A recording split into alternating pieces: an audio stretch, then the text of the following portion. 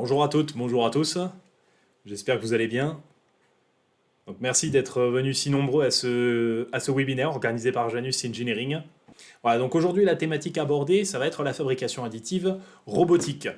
Hop, voilà. Donc aujourd'hui, la thématique abordée, c'est bien évidemment la fabrication additive robotique, hein, vous l'avez vu. Donc on va détailler justement le principe de ces technologies-là, hein, puisque la fabrication additive et la robotique sont deux technologies différentes qui, couplées, donnent lieu à des nouvelles applications et des nouvelles opportunités dans le monde industriel. Et donc on va parler de tout ça et de comment Janus et Siemens, ainsi que ses partenaires, peuvent vous accompagner justement. Et pour m'aider dans cette tâche, je suis accompagné aujourd'hui de Yannick Morel, qui a rejoint la société Janus il y a quelques semaines maintenant, courant de l'année 2022, et de Henri, qui est présent dans la discussion Teams, pour collecter vos différentes questions. Henri, qui est responsable marketing chez Janus Engineering. Donc au programme pour aujourd'hui, donc pour celles et ceux qui ne nous connaîtraient pas, je pense qu'il y en a certains dans cette salle, certaines et certains qui ne connaissent pas Janus Engineering et les activités de Siemens en fabrication additive. Donc on va faire un rapide récapitulatif sur ce point-là. On va ensuite détailler les principes de la fabrication additive robotique. Qu'est-ce que c'est, hein, quel est le principe? Les solutions Siemens appliquées à ces nouvelles technologies, hein, que ce soit au niveau logiciel mais aussi au niveau hardware, et comment le tout combiné peut permettre d'augmenter la pertinence des solutions de fabrication additive robotique. Mon collègue Yannick vous présentera une démonstration logicielle d'une programmation d'une pièce en fabrication additive. Et pour terminer, et ça on est très heureux d'avoir pu le faire, on terminera par des témoignages de nos clients, donc respectivement l'École centrale de Nantes et la société VLM Robotics, qui témoigneront sur l'utilisation qu'ils font de nos solutions et de comment ils les utilisent pour développer leurs applications de fabrication additive robotique. Alors pour rappeler la société Janus qui nous sommes, aujourd'hui nous sommes partenaires de la société Siemens depuis une vingtaine d'années et on travaille aux côtés d'industriels mais aussi d'académiques, de centres de recherche et de PME sur la problématique de la transformation industrielle et aussi plus spécifiquement de la digitalisation des moyens de production. Alors on propose en collaboration avec Siemens la distribution, l'apport de solutions dédiées dès le début de la chaîne, c'est-à-dire de la conception assistée par ordinateur, jusqu'à la fabrication, la thématique du manufacturing, en passant par de la simulation et aller jusqu'au PLM, donc Product Lifecycle Management, pour gérer la donnée utilisateur. Alors la première question qu'on pourrait se poser maintenant qu'on a présenté notre société, pourquoi un robot pour la fabrication additive? Il y en a beaucoup qui connaissent sûrement le principe des imprimantes 3D grand public, bien entendu. Peut-être certains connaissent la fabrication additive sur lit de poudre, hein, où on est dans un bac de fabrication, on a un laser qui vient fusionner la matière sur une couche de poudre très fine. Là, on sort totalement de ce scope de solution. Et on va justement aller vers d'autres applications plus moyen et grand format. Alors, un petit rappel d'abord sur la problématique de la fabrication, sur le principe de la fabrication additive. Donc, en opposition à la fabrication soustractive, la fabrication additive, le but c'est de construire la pièce et d'apporter de la matière au fur et à mesure pour construire la pièce à partir d'un substrat à plan, à partir de rien, ou alors de venir ajouter de la matière sur une pièce déjà existante. Donc là, on entre dans la réparation de composants ou dans l'ajout de fonctions. Donc bien évidemment, on s'oppose totalement au principe de l'usinage où on vient enlever de la matière d'un bloc. Donc ça vient fondamentalement modifier la manière dont on conçoit un composant. Un composant qui est destiné à être usiné, bien évidemment, ne va pas avoir la même forme, ne va pas être conçu de la même manière que pour un procédé lit de poudre ou que pour un procédé DED. On va parler aujourd'hui des procédés, vous verrez assez souvent le terme répété, DED, donc Directed Energy Deposition. En français, on pourrait traduire ça par dépôt par énergie concentrée. Donc on est sur de la fabrication additive directe, donc on couple l'apport de matière et l'apport d'énergie, et on couple ça avec un robot de fabrication. Alors au sujet des robots de fabrication, justement, quel serait l'avantage par rapport à une machine-outil? C'est la question qu'on peut légitimement se poser. Donc, bien évidemment, un robot a certains avantages non négligeables par rapport à une machine-outil. Déjà le coût, hein, un robot sera toujours moins cher qu'une machine-outil. On a également beaucoup d'avantages en termes de flexibilité et de mise à disposition, de mise en production, hein, de plus de facilité de mise en œuvre, et également grande flexibilité au niveau de ses applications et au niveau de ses possibilités. Donc c'est pour ça qu'on a justement les robots qui se déploient de plus en plus dans le monde industriel, hein. Ils ne se cantonnent pas seulement maintenant aux chaînes de fabrication dans les usines automobiles, par exemple, comme on peut le voir, mais on vient justement maintenant transporter un outil de fabrication pour venir fabriquer une pièce. Donc la fabrication additive rentre dans ce contexte-là. Et c'est justement sur ces thématiques que travaille la société Siemens en Allemagne, hein, puisque Siemens est à la fois éditeur de logiciels, mais aussi développeur de composants, hardware, et développeur d'applications, ici, donc de fabrication additive, entre autres. Donc on l'a vu, ces procédés de fabrication, donc contrairement à la fusion additive sur lit de poudre, ici, on s'oriente plus sur de la fabrication de composants de moyenne et de grande dimension, hein. Sur ces procédés de fabrication additive couplés à la robotique, on s'affranchit du volume de fabrication qui est assez limité de ces machines-là, même du volume de fabrication qui est induit par l'utilisation d'une machine 5 axes, par exemple. Ici, on va pouvoir profiter de tout l'environnement de fabrication du robot pour construire une grande pièce. Ce que vous pouvez voir également sur ce procédé de fabrication, donc que ce soit de l'arc-fil ou du laser-fil ou même du laser poudre, en général ce sont les trois qui sont communément utilisés en robotique métallique, bien entendu, on ne va pas obtenir un état de surface, comme vous le voyez ici, qui est équivalent à celui qu'on pourrait obtenir en usinage ou en fabrication lit de poudre, en fabrication additive lit de poudre. En revanche, c'est pas gênant si on envisage par exemple du parachèvement pour venir terminer les pièces. Voilà. L'usinage va nous permettre de terminer, de faire du parachèvement sur ces pièces-là, dans un contexte d'hybridation des procédés. Donc la fabrication additive robotique, donc le WAM par exemple, arc-fil ou laser-fil, va pouvoir se substituer à des procédés par exemple de fonderie, et plus globalement des procédés d'ébauche.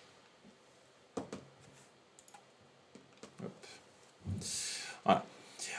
Donc, ce qu'on a vu précédemment, ce sont des exemples de la société Siemens, évidemment, qui est un de nos partenaires, dans le domaine du manufacturing, et surtout qui est éditeur des logiciels que nous distribuons aujourd'hui, hein. Vous l'avez compris, donc Janus, on apporte des solutions aux clients, et nous sommes distributeurs et revendeurs des solutions Siemens. Donc Siemens, une grande entité qui travaille à la fois sur l'édition de logiciels pour l'industrie, mais aussi sur la digitalisation des moyens de production et sur la thématique de l'industrie 4.0.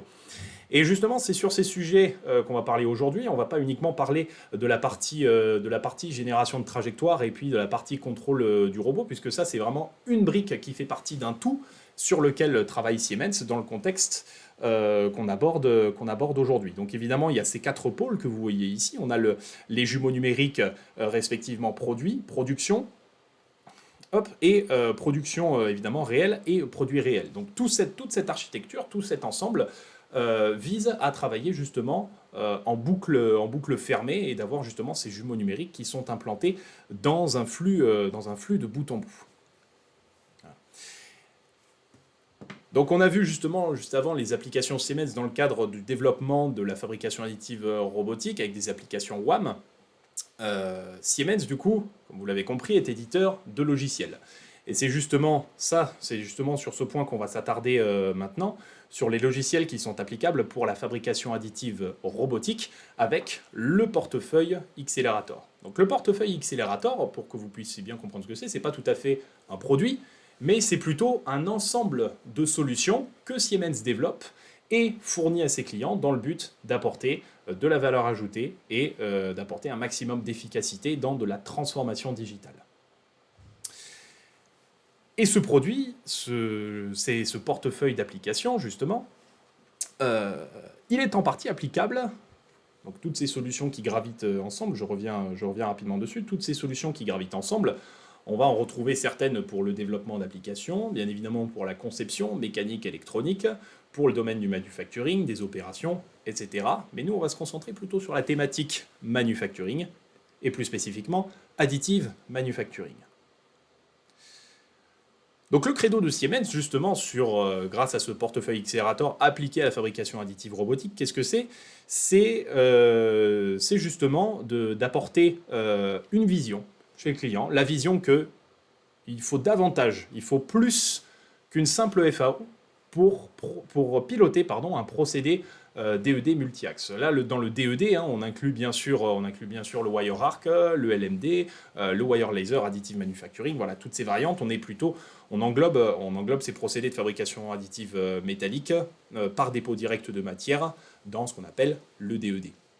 Parce qu'aujourd'hui, la génération de trajectoire, encore une fois, n'est qu'une brique dans un ensemble. Donc bien évidemment, ce qu'il faut, on l'a dit, ce point très important, c'est qu'il faut davantage qu'une simple FAO, il faut vraiment des capacités multi-axes solides pour être capable de générer un programme robot qui est cohérent par rapport à notre installation, ainsi qu'un flux de travail de bout en bout. On l'a vu dans la slide précédente, Siemens vise à justement proposer des solutions pour fonctionner en boucle fermée. Et ça, c'est très important de pouvoir justement reboucler sur ce qu'on a fait auparavant, pouvoir apporter des itérations, pouvoir venir conserver la paramétrie qu'on a déjà implantée et pouvoir venir sauvegarder et capitaliser sur les travaux qu'on a menés auparavant. Et tout ça, c'est symbolisé, ce workflow, c'est symbolisé dans ce qu'on appelle la chaîne numérique pour le DED ici. Donc elle est applicable au DED. Donc encore une fois, elle est également applicable à la fabrication additive robotique. Cette chaîne numérique, elle part de la conception des composants jusqu'au contrôle et à l'automatisation de nos procédés de fabrication. Et ça, on va le voir, c'est quelque chose de très important. Chaque point est une brique essentielle. Et même la dernière brique, donc le contrôle et l'automatisation, on va sortir du monde du logiciel, donc du logiciel de programmation, entre guillemets, pour aller beaucoup plus loin dans le contrôle de la machine. Et on va le voir justement, et ça, ce sera appuyé par nos témoignages clients, que c'est également quelque chose d'essentiel. Donc si on doit parcourir justement cette fameuse chaîne numérique, si on commence par la conception des composants, on voit que justement le fait d'avoir une conception et une fabrication, donc une CFAO tout intégrée, est essentiel dans notre processus de production. Puisqu'aujourd'hui, la fabrication additive, qu'elle soit de fusion laser sur lit poudre ou dépôt direct de matière, et du coup avec de la robotique, nécessite des méthodes de conception qui sont adaptées à nos procédés de fabrication. On ne va pas concevoir une pièce pour de la fabrication additive comme on conçoit une pièce pour de l'usinage. Et ça, il faut savoir justement l'implanter, il faut savoir le paramétrer et capitaliser dessus dès la conception des composants. Donc c'est pour ça qu'aujourd'hui, dans la conception des composants, des solutions que peut apporter Siemens, on va retrouver des méthodes qui sont propres à la fabrication additive ou qui peuvent être appliquées à la fabrication additive, comme par exemple l'exemple que vous voyez juste au-dessus de moi, qui est la modélisation algorithmique, un exemple que vous avez peut-être déjà vu tourner, et qui vise en fait à concevoir en fait un algorithme boîte par boîte avec des liens entre les différents composants pour venir créer de manière automatisée une conception. Donc là, elle est applicable pour justement ce qu'on appelle une structure isogrid qui vise à renforcer une structure fine pour éviter sa vibration, pour diminuer ses modes propres. Et donc, encore une fois, cette conception, ce mode de conception, il est totalement intégré et il est totalement associatif à la partie génération de trajectoire et FAO et simulation machine. Donc l'exemple ici qui tourne, c'est donc cette conception qui a été intégrée sur une machine 5 axes DED de la marque BIM, du groupe Adobe. Donc c'est pas des robots, mais voilà, l'exemple est quand même assez parlant sur la possibilité de gérer ce type de conception. Et on voit que sur cette isogrid, ce qui est très intéressant, donc l'exemple que vous avez vu juste avant, la largeur des parois a bien sûr été dimensionnée de manière à respecter nos processus de fabrication. Si on utilise du laser fil, on est plutôt sur des dépôts assez larges. Du laser poudre, on est sur des dépôts beaucoup plus fins. Donc ça, on va pouvoir en tenir compte dans la création de notre conception. Si on continue un petit peu plus loin dans la chaîne numérique, bien évidemment, on arrive à la partie génération de trajectoire. Et donc ça, il faut quelque chose de robuste et d'accessible et de simple d'utilisation et de polyvalent pour être amené à créer tout type de forme, de s'adapter à tout type de contraintes, que ce soit en pure fabrication additive, donc partir de zéro d'un substrat plan et de construire la pièce, mais également de s'adapter à la réparation des composants, où on doit venir déposer de la matière sur une pièce qui est déjà existante. Ça, on en parlera juste après. Et donc pour ça, ce que propose les solutions Siemens, ce sont des générations, ce sont des modes de génération de trajectoires qui sont bien évidemment polyvalents et qui savent s'adapter justement à tout type de situation. On va retrouver de la simple, entre guillemets, de la simple impression 3D planaire, du dépôt planaire, avec la possibilité de paramétrer des remplissages zigzag avec la problématique de recouvrement entre deux cordons, etc. Je ne vais pas m'attarder dessus. Et des remplissages peut-être plus complexes avec de l'évolutivité, avec des surfaces gauches, etc. Donc je ne vais pas m'attarder dessus. Pourquoi? Puisque cette partie-là va vous être représentée par Yannick juste après. Une fois qu'on a généré nos trajectoires, bien évidemment, on a l'outil qui bouge dans l'espace autour de notre pièce, on voit le dépôt, c'est très bien, mais on doit aller beaucoup plus loin et simuler la fabrication, simuler le comportement de notre machine au sein de son environnement de fabrication. Donc pour ça, on va utiliser justement la partie simulation machine qui va nous permettre de simuler totalement la manière dont va se comporter notre machine dans l'environnement de fabrication. Alors, plusieurs points, hein, notamment comme avantage sur les solutions. Compatible avec les robots de fabrication, bien entendu, toute marque de robots, que ce soit de la l'ABB, du Yaskawa, du Kuka, du Komao, avec du SI numérique dessus. On va voir qu'on peut aller plus loin avec les technologies SI numériques. Et on a la capacité, avec certaines marques de robots, de pouvoir faire de la relecture de code ISO. C'est-à-dire pas simplement de faire bouger le robot dans l'espace en relisant le parcours d'outils, mais bien en simulant le G-code qui est envoyé, le code qui est envoyé au robot. Donc c'est un degré de fiabilité supplémentaire, et vous allez voir quelques exemples juste après. Voilà, je vais laisser la main à mon collègue Yannick Morel qui a enregistré une petite démo pour vous sur une pièce que vous avez dû voir tourner sur LinkedIn. Et donc je vais dès maintenant lancer. Bonjour, je m'appelle Yannick Morel, je travaille chez Janus Engineering dans l'équipe avant-vente et aujourd'hui je vais vous présenter comment réaliser une pièce en fabrication additive robotique à l'aide de Siemens NX. Voici la pièce que nous allons étudier aujourd'hui. Donc c'est un triple raccord qui a entièrement été modélisé sur Siemens NX. Donc nous pouvons voir trois tubes qui se rejoignent en un seul et même tube sur sa section finale. Pour réaliser cela, nous avons fait trois esquisses, trois courbes guides, une pour chaque tuyau. Donc ces trois esquisses ont subi une opération de balayage pour avoir cet aspect tubulaire comme ceci. Nous avons dû respecter une contrainte seulement pour le cahier des charges, pour un respect des flux hydrauliques. Donc l'air de la section en tout point de ces tubes, de ces trois tubes indépendants, devait être 3 fois inférieur à l'air de la section finale. Nous voulons donc réaliser cette pièce en fabrication additive robotique. Aujourd'hui, nous avons décidé d'utiliser ce robot avec ce positionneur 2 axes pour que notre torche soit toujours à la verticale lors du dépôt de matière. Seulement, si on peut fabriquer à l'horizontale, faire du dépôt de matière horizontal, nous aurions très bien pu prendre un robot sans positionneur rotatif. Nous allons donc maintenant voir comment réaliser cette pièce, comment générer les trajectoires. Donc tout simplement, on va commencer par créer une opération. Donc nous pouvons voir que le logiciel NX nous propose plein de solutions, suivant nos cas, suivant nos besoins. Donc tout d'abord, nous avons tout ce qui est opération de dépôt planaire, donc ça soit du zigzag, du spiral.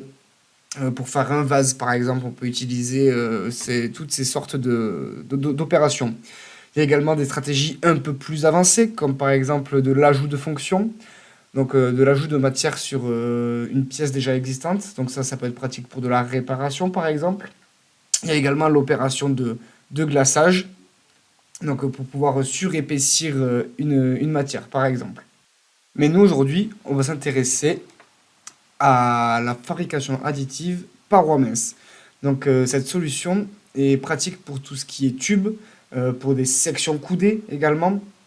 C'est vachement pratique et très simple d'utilisation, vous allez voir. Donc nous sélectionnons donc cette opération.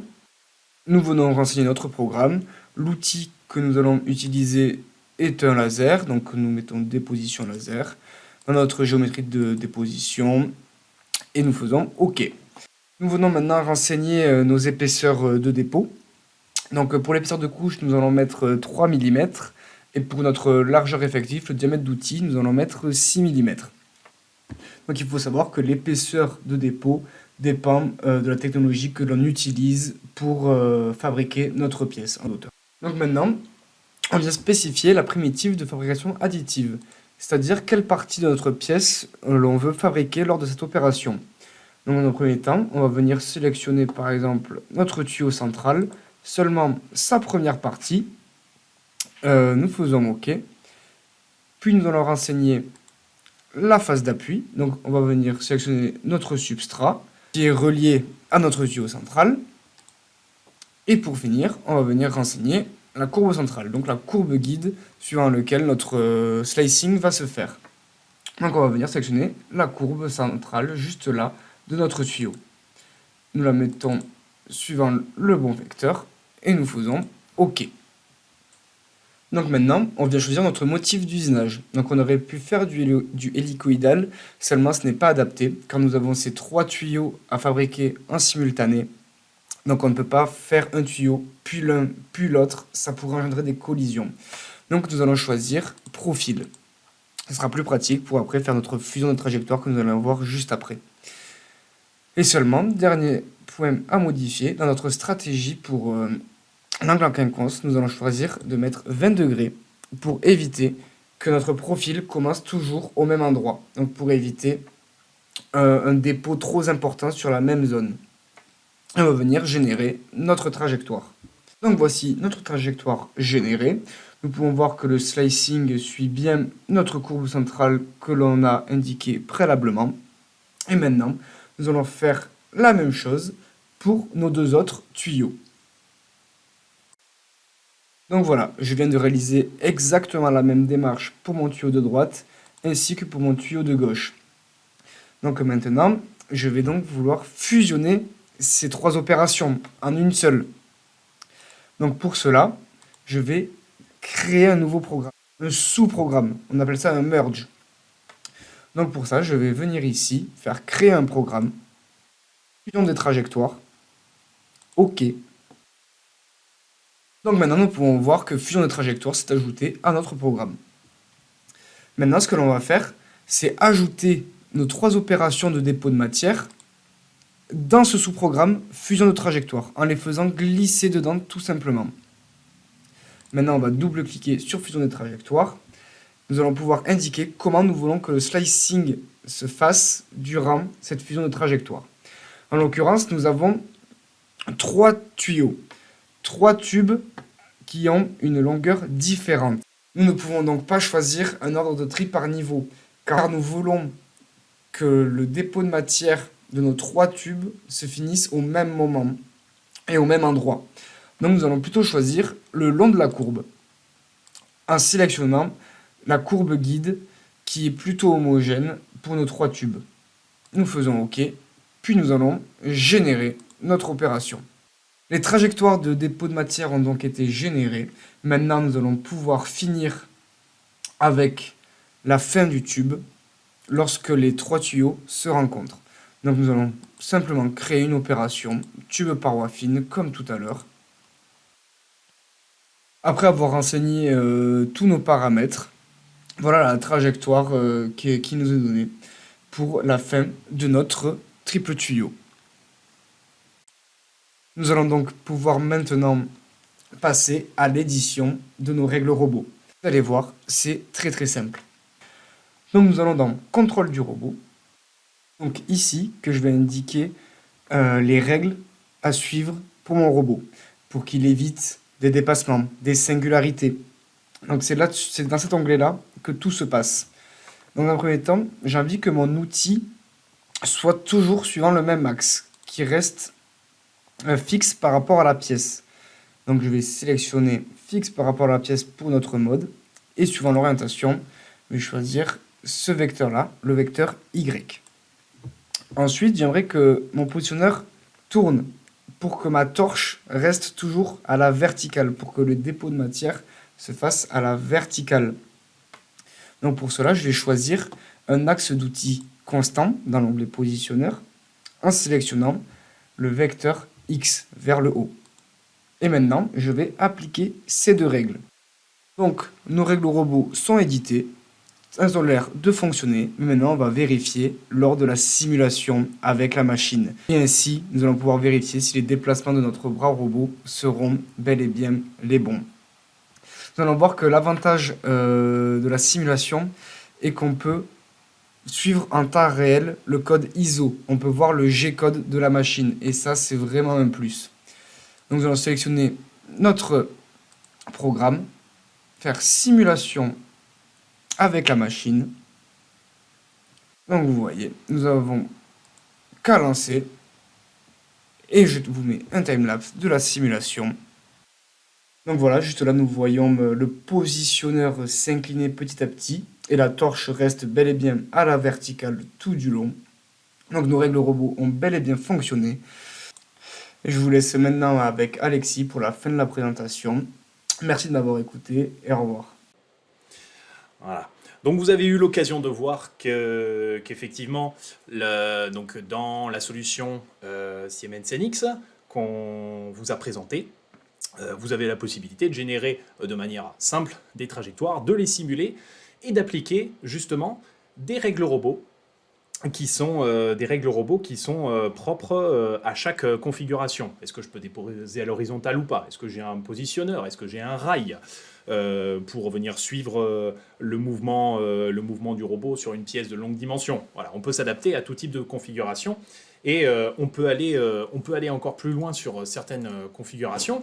Si on reprend la génération de trajectoires. On peut par exemple fonctionner, cet exemple-là, en pièce portée. Donc la pièce portée, ça a plusieurs avantages, hein, puisque l'outil reste fixe, mais du coup, on s'évite en fait l'encombrement de transporter la torche dans un environnement robotique. Donc avec cette configuration, on est bien évidemment limité au niveau de la taille de la pièce, hein, on est limité au niveau de la charge que peut supporter le robot. Mais ce sont des procédés, c'est une méthode qui est couramment utilisée par des procédés comme le cold spray par exemple, la projection à froid, qui est un procédé de fabrication additive robotique, sans fusion, juste avec l'énergie cinétique de la poudre qui est agglomérée sans monter en température. Voilà. Ok. Si je repars sur la chaîne numérique, on a vu donc la conception des composants, on a vu le dépôt de matière multi-axe. Maintenant, on va regarder le point suivant, vous l'avez vu, qui est la fabrication hybride. Aujourd'hui, vous vous en doutez sans doute, on a vu que la fabrication additive robotique, avec des procédés comme l'arc-fil ou le laser-fil, offre la possibilité de créer des pièces de moyenne et grande dimension, mais avec des états de surface qui sont quand même plus faibles, qui sont quand même avec un état de surface plus rugueux par rapport à des procédés, par rapport à d'autres procédés.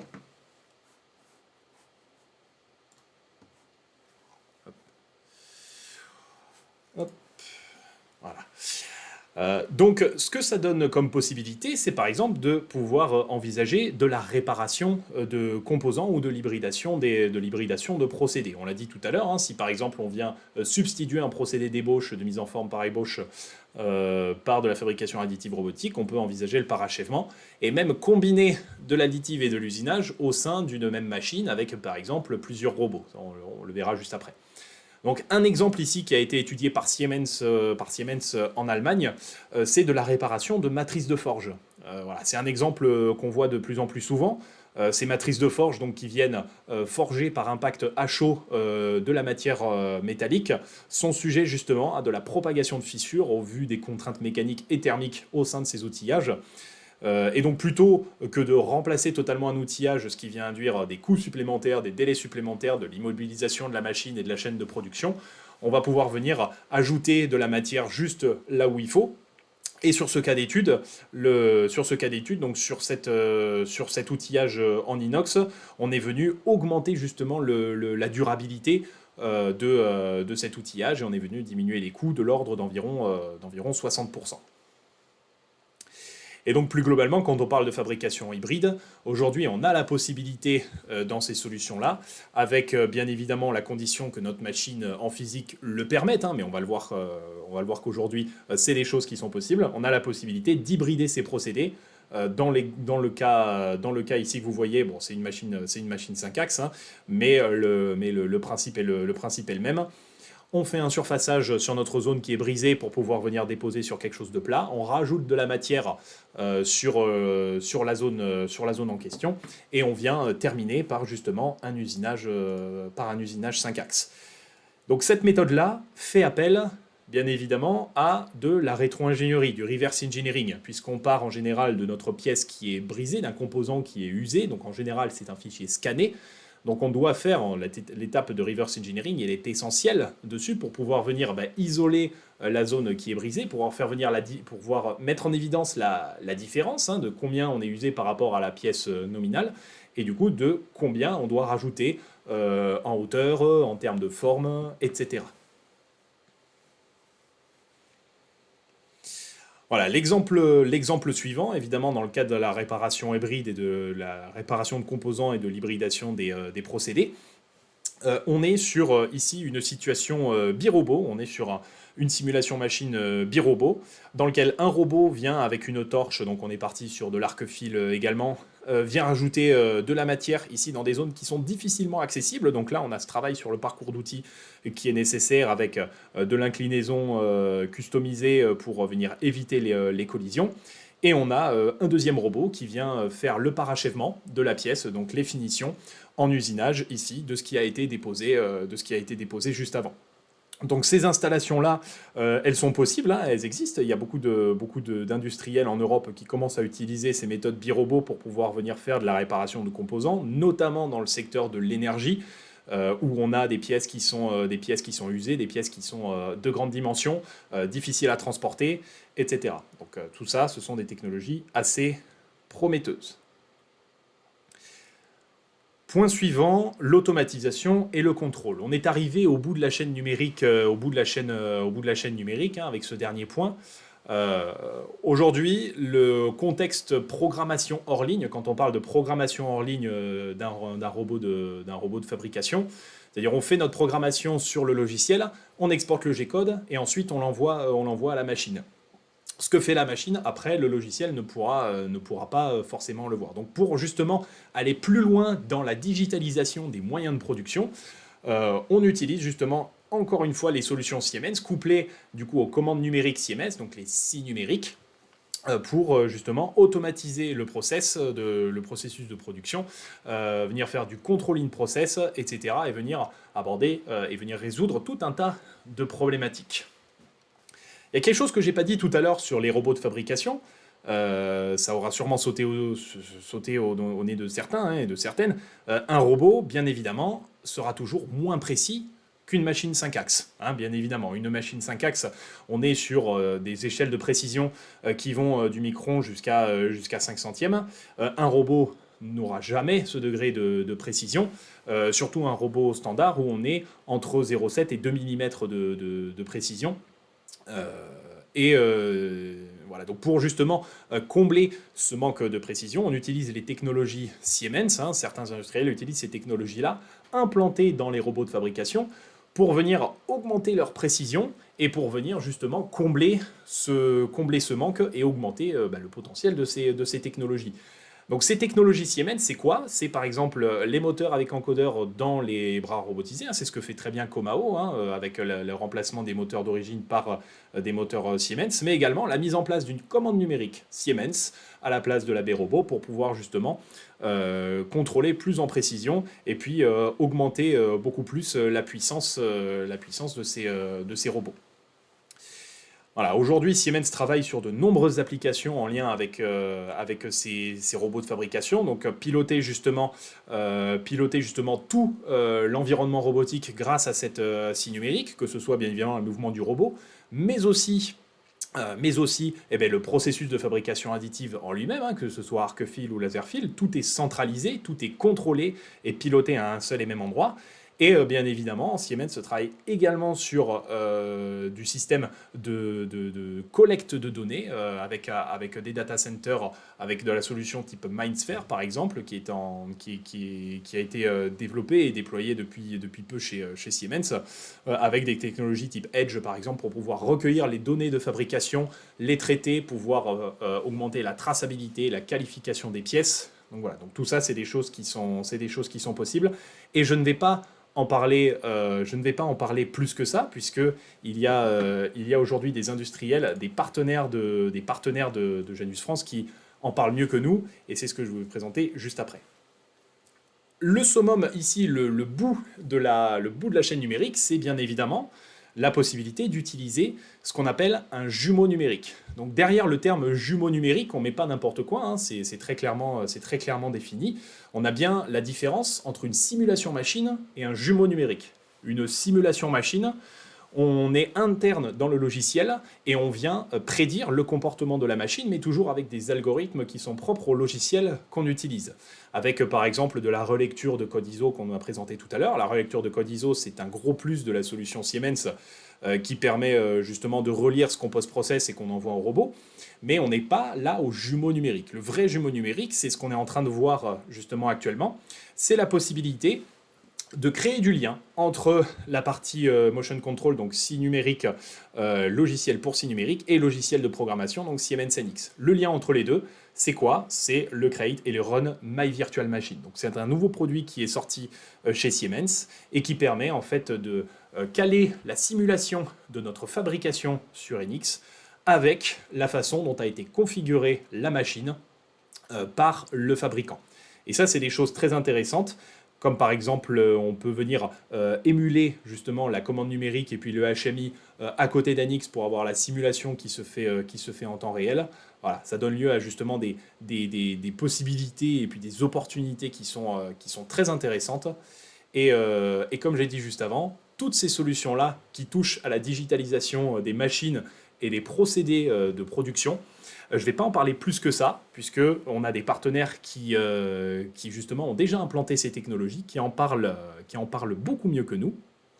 Et c'est pourquoi je vais tout de suite vous diffuser les reportages de nos clients. Donc on est très content de pouvoir les diffuser aujourd'hui, donc respectivement de l'École centrale de Nantes, qui est un institut de recherche à Nantes, bien sûr, et VLM Robotics, qui sont basés à côté de Bordeaux et qui sont fabricants de machines spéciales pour, entre autres, la fabrication additive. Bonjour Mathieu. Bonjour Alexis, tu vas bien? Ça va et toi? Ça va bien. Parfait. Bon, est-ce que tu peux te présenter du coup et puis présenter un petit peu les activités de l'École centrale de Nantes dans laquelle tu travailles? Oui.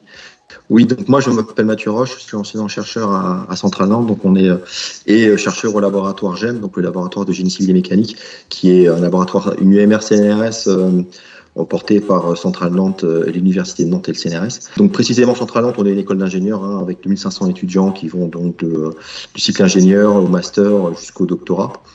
Et puis on a une forte composante recherche avec donc l'implantation de plusieurs UMR CNRS, dont le GEM dont je viens de parler. Et au sein du GEM, un des groupes de recherche, on travaille sur la fabrication additive. Donc ceci, ça a été un axe qui a été développé il y a plus d'une vingtaine d'années. Donc à l'époque, on parlait de prototypage rapide. Maintenant, on est vraiment sur les actions de fabrication additive, multiprocédés, que ce soit des polymères ou des matériaux métalliques, avec nous notre volonté donc d'aller sur deux axes de recherche donc majeurs. Donc une partie plutôt mécanique, on travaille sur de la grande pièce avec des procédés de type LMD, de type SLM, de type WAM par exemple. Et puis également un axe plutôt côté biofabrication, donc un axe qui a émergé un peu plus récemment, où cette fois-ci on travaille en partenariat avec des biologistes et des médecins, où l'objectif est de développer donc les notions de biomanufacturing, biofabrication, et on porte notre savoir-faire d'ingénieur vers les biologistes, portent leur savoir-faire de biologistes vers nous, et on arrive à développer les activités de recherche dans cet axe-là. D'accord, donc une grosse expertise sur les procédés de fabrication additive, tout matériau et tout procédé confondu. Donc c'est pourquoi Janus vous accompagne depuis Ça fait quoi, 3 ans maintenant qu'on collabore, c'est ça? Ouais, un peu plus, même ouais. Si tu pouvais me citer quelques points forts de la solution par rapport à vos besoins, qu'est-ce que ça a pu vous apporter? Qu'est-ce que ça a pu débloquer comme problématique chez Centrale Nantes? Qu'est-ce que tu mettrais en avant? La solution Siemens NX, effectivement, elle a un certain nombre de points forts que on utilise. On exploite. Première chose que je vois, c'est le fait d'avoir une chaîne numérique intégrée. On va dire depuis la définition de la maquette numérique, on peut aller jusqu'à la génération du code ISO dans un environnement cohérent. Donc ça, avec un point majeur, c'est de pouvoir relire le code G, le code machine, on va dire, et voir comment la trajectoire va être générée et va être supportée par l'effecteur, que ce soit un robot ou une machine-outil. Ça, c'est vraiment c'est vraiment un plus.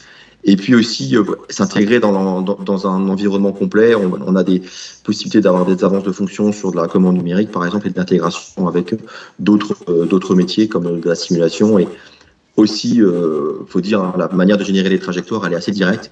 On peut générer des trajectoires complexes, on va dire, sans trop de difficultés, ce qui est quand même un des plus de la solution. Très très bien. Si tu pouvais parler des projets que vous allez bientôt réaliser, j'ai cru comprendre qu'il y avait un projet qui s'était concrétisé dans le domaine du ferroviaire. Est-ce que tu peux m'en dire un peu plus? Donc effectivement, je pense que tu fais référence au projet PIA4 Additive for Rail. Donc c'est un projet qui a démarré chez nous, chez tous les partenaires, il y a un peu plus de 6 mois. Donc c'est dans le cadre du projet investissement d'avenir. On a monté un consortium donc avec un donneur d'ordre, donc la SNCF. 2 PME, donc VLM Robotics et puis 4D Pionnières, et puis nous, laboratoire de recherche, donc le GEM à l'école centrale. L'objectif est donc de développer la fabrication additive dans l'industrie ferroviaire. Et pour ça, un certain nombre de challenges sont à lever, hein, notamment on est toujours sur de la grande pièce, sur de la très grande pièce. On va faire évoluer nos moyens en conséquence, que ce soit du côté soft ou du côté hard aussi, avec le déploiement du mode numérique notamment. Et l'objectif est donc de travailler sur de la collaboration multi-robots, sur un même procédé, par exemple, sur du procédé de l'observation, du monitoring.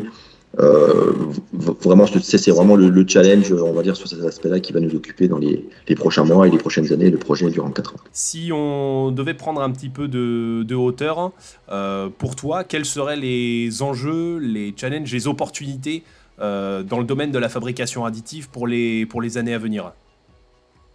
Alors, j'en vois plusieurs, on va dire, mais si quelque chose qui va émerger, qui est en plus dans l'air du temps en termes de technologie, de maturité, c'est le fait de développer de la réparation. Parce qu'on se retrouve avec, notamment dans les grandes pièces, on se retrouve avec de nombreuses pièces qui sont défectueuses à certains endroits, et plutôt d'avoir à fabriquer une nouvelle from scratch, on va dire, pouvoir localement, avec le procédé le plus adapté, que ce soit un procédé de fabrication additive type WAM ou alors un procédé type LMD, venir réparer, donner des fonctionnalités à certains éléments de la pièce. Ça, c'est vraiment quelque chose je pense qu'il va se déployer dans les prochaines années, et en s'appuyant pour ça sur des machines de plus en plus intelligentes, c'est-à-dire une connexion entre la partie commande de la machine, donc sa commande numérique qui va évoluer, qui va être capable de récupérer de l'information et de manière automatique ou semi-automatique, venir corriger dans une certaine mesure, hein, selon les bornes bien données, de venir corriger la trajectoire, corriger sa paramétrie pour répondre à l'objectif. Donc vraiment s'appuyer sur des moyens qui vont évoluer en intelligence, qui vont, avec l'émergence du jumeau numérique notamment, on va pouvoir prévoir beaucoup plus de choses ou les anticiper et puis en plus corriger les choses en cours de route. Et pour ça, il faut s'appuyer, comme tu dis, sur des machines intelligentes, sur des machines performantes, automatisées, qui savent gérer le procédé en autonomie pour permettre justement le contrôle, de fabriquer des plus grandes pièces, de les réparer automatiquement, etc. Exactement. Okay. Merci beaucoup, Mathieu, pour le temps que tu nous as accordé. Et puis, écoute, avec plaisir. Je te souhaite une excellente journée. Merci, bonne journée à toi aussi. Bonjour Philippe. Bonjour Alexis. Comment vas-tu ? Impeccable, impeccable. Est-ce que tu pourrais te présenter en quelques mots et présenter la société VLM Robotics ? Alors, pour l'activité de VLM Robotics, nous sommes fabricants de cellules agiles robotisées destinées au monde du manufacturing. Le monde du manufacturing, c'est le monde dans lequel on a toujours travaillé jusqu'à présent. Et culturellement, en fait, on n'était pas du tout dans les robots, on était plutôt sur la machine-outil. Les robots sont très vite arrivés autour de nos machines, et puis sont un jour devenus des machines à part entière. Donc vers 2002, on a commencé à créer des cellules d'usinage robotisées, qui nous conduisent aujourd'hui finalement à continuer à servir ces besoins avec un petit delta intéressant autour de l'industrie 4.0, et des nouveaux métiers qu'on peut associer sur les robots. Au travers de nos solutions, on va utiliser les robots aussi bien pour piloter la fabrication additive, mais que de l'usinage, ça c'est plutôt naturel, ou d'autres effecteurs qui pourraient nous servir par exemple à contrôler. Le robot va venir amener son métier autour de la pièce, plutôt qu'une pièce qui va circuler de machine en machine. Et pourquoi ? Parce que justement, ces technologies sont des technologies qui nous permettent d'appréhender la complexité, finalement, et d'amener on a plus intérêt à un moment à amener les métiers autour de la pièce que de vouloir circuler la pièce dans l'atelier. Et donc, on peut s'autoriser de la grande dimension, pour le coup, au travers de ces procédés. Tu es prescripteur des solutions Siemens, à la fois software et hardware. Quels sont les bénéfices qui sont apportés par toutes ces technologies-là que tu embarques aujourd'hui dans ta machine ? Ce qui est finalement commun en tout ça, c'est effectivement cette industrie 4.0. Siemens est en train de faire sa révolution comme d'autres. L'industrie 4.0, c'est la continuité numérique, le digital. Donc, après la vapeur, l'électricité, l'électronique, on est aujourd'hui dans l'utilisation du digital. Et c'est finalement naturel de rejoindre à la fois la stratégie de Siemens et puis la nôtre, qui devait revisiter un peu les machines, et de se retrouver embarqué comme solution partner. Donc on ouvre le marché avec Siemens. Et cette particularité autour des produits et services, c'est que Siemens est une très grande société. Et dans leur révolution, ils s'intéressent beaucoup au digital aujourd'hui, et NX en est un petit peu la démonstration. Une continuité numérique déjà à l'intérieur des logiciels, mais il y a toute la partie aussi machine qui va nous intéresser. Et donc nous, la continuité numérique, la continuité digitale, on va la prendre effectivement très en amont, au moment où on conçoit les pièces, et puis au moment où on va être capable de faire des choses avec la machine. Un petit mot, on a entendu tout à l'heure de la part de l'école centrale de Nantes, la nécessité d'avoir l'expertise du métier de la fabrication additive, mais aussi d'utiliser des machines intelligentes, performantes. Est-ce que pour toi, ce couplage aussi entre l'expertise métier et puis la performance des machines, elle est importante, voire vitale ? Pour moi, c'est même le cœur de notre métier. Souvent, je dis, on a une très très bonne culture du procédé, mais on n'est pas les spécialistes du procédé. Typiquement, on travaille avec l'école centrale, on travaille avec d'autres centres qui ont une expertise métier. Et nous, notre métier, c'est de le transporter intelligemment. Et pour le transporter intelligemment, on a besoin de toutes les connexions au niveau de la machine, bien sûr, mais surtout créer du lien en amont avec les modèles que ces gens vont sortir. Et puis finalement, peut-être résoudre au niveau de nos machines les choses qu'on a anticipées en amont dans le procédé. Et puis, on leur rapporte justement souvent la possibilité de transporter leur technologie dans une continuité digitale. L'année 2023 arrive bientôt. Pour toi, quels sont les challenges, les opportunités pour cette nouvelle année ? Je sais qu'il y a une machine double robot très grande dimension qui a déjà été déployée par VLM Robotics. Je pense à la machine de l'IREPA, par exemple, tout à fait. Les grands challenges, en fait, c'est qu'à côté de la fabrication additive, on nous demande des tas de nouvelles mesures physiques, la température, des niveaux d'oxygène. Donc, être capable de servir les modèles et les capacités de contrôler tous ces éléments, donc on devient multiphysique. On va ramener des possibilités de traiter dans un procédé plus de mesures physiques. Et puis aussi, multiprocédés, c'est-à-dire qu'on va faire de la grande dimension. Je le disais tout à l'heure, la pièce ne va pas bouger moins en moins, donc on va avoir tendance à apporter plusieurs métiers, voire plusieurs robots autour d'une pièce. Donc on s'en va vers grande dimension, avec ce mot multiprocédé, multi-robot. Et puis, bien sûr, ça veut dire aussi gérer ces complexités qu'on verra avec vous, Janus, avec Siemens. Comment on met tout ça en œuvre. Avoir deux mains dans un procédé, c'est juste ce qui n'est pas traditionnel. Donc, c'est ces challenges-là qu'on est en train d'évoquer, associer l'usinage avec la fabrication additive, associer la fabrication additive avec le contrôle non destructif. Amener ces métiers-là autour de la pièce, c'est les grands challenges pour lesquels on a commencé à travailler, mais sur lesquels on va continuer notre route, bien évidemment.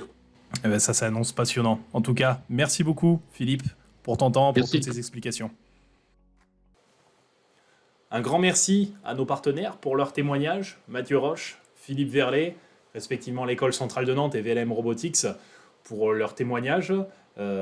et pour nous avoir montré de quelle manière ils utilisent nos solutions, les solutions Siemens, et comment ils arrivent à développer de nouvelles applications en fabrication additive robotique. Donc si on devait résumer ce qu'on a vu un petit peu dans cette présentation, on a bien vu que, évidemment, la génération, quand on parle de génération de trajectoire, programmation hors ligne d'un robot, ce n'est qu'une brique qui est essentielle, bien évidemment, mais qui fait partie d'un tout, qui fait partie d'un ensemble que nous, on appelle la continuité numérique, la chaîne numérique, qui va bien évidemment de la conception d'un composant, de l'interopérabilité entre la CAO, la conception d'une pièce et sa fabrication, jusqu'à l'automatisation et la digitalisation des procédés de fabrication avec des machines intelligentes, du contrôle de procédés de fabrication pendant la construction de la pièce, etc., etc. Et donc pour conclure, ce qu'il faut bien retenir, c'est que la chaîne numérique est un élément essentiel dans la transformation industrielle et dans l'adoption de ces procédés de fabrication qui, jusqu'aujourd'hui, se cantonnaient au centre de recherche, au pôle d'expertise R&D, mais qui vont progressivement se transférer vers les grands donneurs d'ordre, puis vers la chaîne de sous-traitance, pour se déployer un maximum dans tous les secteurs d'activité confondus, que ce soit l'aérospatiale, que ce soit l'automobile et l'énergie. Aujourd'hui, on a vu des exemples beaucoup dans le domaine de l'énergie. Voilà, aujourd'hui, la chaîne numérique, élément essentiel dans le développement de ces procédés de fabrication dans l'industrie. Voilà, cette présentation touche à sa fin. Merci beaucoup à toutes et à tous pour votre attention. J'espère que les thématiques qui ont été abordées aujourd'hui auront pu susciter votre intérêt et votre curiosité sur ces différents procédés de fabrication et ces technologies innovantes. Un grand merci à mes collègues, Yannick, Lucas, Henri, pour leur collaboration et puis leur implication sur cet événement en ligne et sur son organisation. C'est avant tout un travail d'équipe. Voilà, et donc dès maintenant, si vous le permettez, on va pouvoir prendre quelques minutes pour répondre à vos questions. Donc pour rappel, dans la section Q&R de l'application Teams. Et on va prendre de suite une première question, la seule question. Quels sont les aspects d'interopérabilité de votre solution hybride ou multi-axe, interopérabilité des modèles de données, la conception graphique intégrée, etc. Si je dois par exemple remplacer ma machine par une autre machine, ou un jour y connecter un jumeau numérique pour estimer l'évolution ou le remplacement. Voilà. Alors pour cette question interopérabilité, donc bien évidemment, les machines sont, bien évidemment les logiciels, le logiciel qui a été présenté, donc Siemens NX, que vous avez vu tout à l'heure avec Yannick. Bien évidemment, on peut capitaliser sur ce qu'on a fait pour venir remplacer par exemple une machine. Si je fais une programmation de trajectoire pour spécifiquement un type de machine, eh bien, je peux venir tout simplement changer ma machine et du coup je modifierai ma trajectoire en conséquence, bien sûr, puisqu'un changement de machine ça induit peut-être un changement de volume de travail, de technologie, de hauteur de cordon, etc.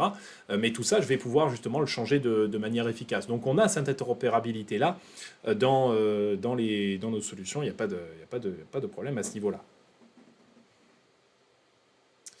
Alors les standards, toujours sur la même question, on a les standards numériques AAS ou OPCUA. Alors je dois avouer que je ne connais pas ces standards, donc à la personne qui a posé la question, je vais me renseigner et puis je vais vous répondre en différé.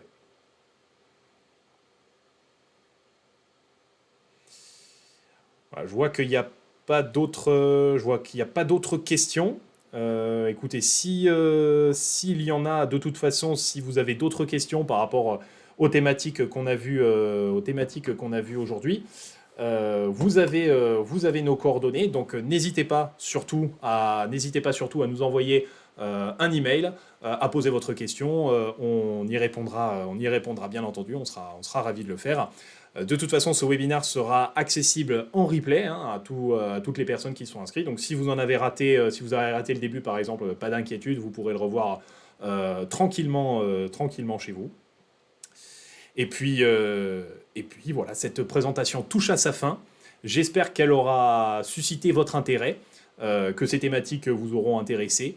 Et encore une fois, si vous avez des questions, n'hésitez pas à nous envoyer un email, peut-être à suivre la page Janus sur LinkedIn pour avoir accès à toutes les nouveautés de notre entreprise. Et je vous souhaite à toutes et à tous une bonne journée, un bon appétit, et je vous dis à bientôt.